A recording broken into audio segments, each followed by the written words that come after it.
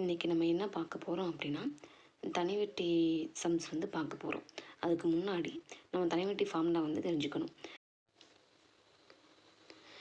தனிவெட்டி அப்படின்னு பார்த்தீங்கன்னா வந்து நம்ம வந்து ஐன்னு சொல்லுவோம். இப்போ தனிவெட்டி I is equal to PNR/100 அப்படின்னு சொல்லுவோம். இப்போ P அப்படின்னா என்ன அப்படின்னு பார்த்தீங்கன்னா வந்து அசல் மதிப்பை தான் நம்ம வந்து Pன்னு வந்து சொல்லுவோம். N பார்த்தீங்கன்னா வந்து காலம் சொல்லுவோம்.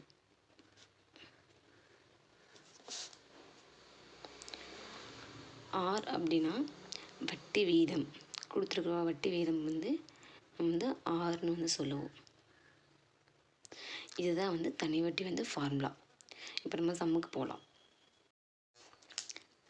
இப்போ ஃபஸ்ட்டு சம் என்ன கொடுத்துருக்காங்க, ரூபாய் 25,000க்கு வந்து 8% வட்டி வீதம் 3 ஆண்டுகளுக்கு தனி வட்டி காணுங்க வந்து கொஸ்டின் கொடுத்துட்டாங்க.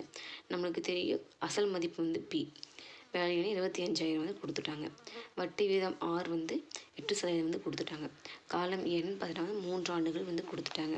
இப்போ ஃபார்முலா என்ன எழுதுவோம், நம்ம தனி வட்டி ஈக்குவல் டு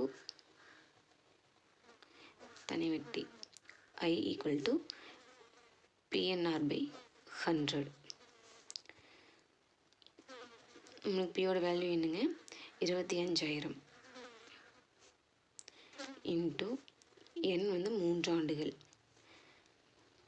R பார்த்தீங்கன்னா வந்து 8% டிவைட் 100. இப்போ நம்மளுக்கு வந்து மேலே பாருங்கள் 25,000 வந்து 3 ஜீரோ இருக்குது, கீழே 100 2 ஜீரோ இருக்கா. இப்போது இந்த 2 ஜீரோவுக்கு மேலே இருக்க 2 ஜீரோ வந்து கேன்சல் ஆகும். இப்போ மீதி 250 இன்ட்டு 3 பெருக்கல் 8 வந்து இருக்கும். இப்போ 8 எவ்வளோ, நம்மளுக்கு 8 எவ்வளோ 24. இப்போ 250 பெருக்கல் 24 வந்து பெருக்கணும். இப்போ பெருக்கணும் என்ன வரும் நம்மளுக்குங்க, இப்போ இங்கே சைடில் பெருக்கி போடலாம். இப்போ 250 பெருக்கல் 24 பெருக்கினா இப்போ 4 பெருக்கல் 0 வந்து 0, 5 வந்து 20க்கு 0, மிச்சம் 2, 4 2 8, 8 2 வந்து 10. இப்போ 2 இன்ட்டு 0 வந்து 0, 2 10க்கு 0, மிச்சம் 1, 2 4, 4 1 வந்து 5.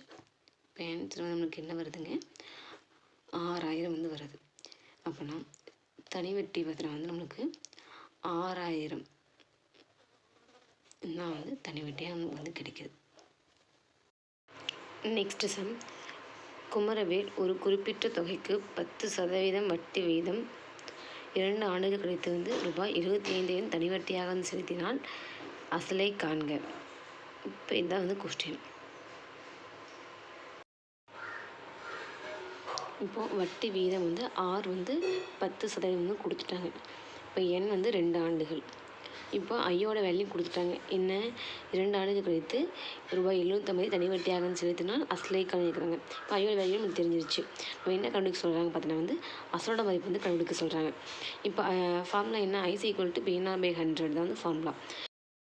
ஐயோட வேல்யூ என்ன 750 ஈக்குவல் டு பியோட மதிப்பு கண்டுபிடிக்கணும். ஆனால் P அப்படியே நம்ம போட்டுக்கலாம்.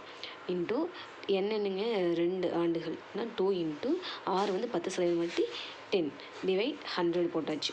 இப்போது நம்மளுக்கு வந்து பியோட வேல்யூ தான் வந்து கண்டுபிடிக்கணும். பியை மட்டும் வச்சுட்டு இப்போது பியை வந்து ரைட் சைடு வச்சுக்கிட்டு மிச்சம் எல்லா மதிப்பையும் ஈக்குவல் டுக்கு லெஃப்ட் சைடு கொண்டு வரணும்.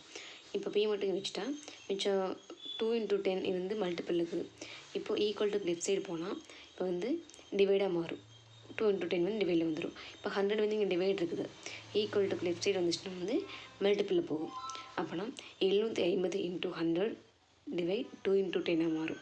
இப்போது இந்த ஒரு ஜீரோக்கு இந்த ஜீரோ தான் கேன்சல் ஆகிடுச்சு. இங்கே 1 2 2 10 அடித்தாச்சு. இப்போ 750 பெருக்கல் 5 இருக்குது. இப்போ 750 பெருக்கல் 5 பார்த்தீங்கன்னா ஆன்சர் 3750. இதுதான் நமக்கு கிடைச்ச அசல் மதிப்பு P.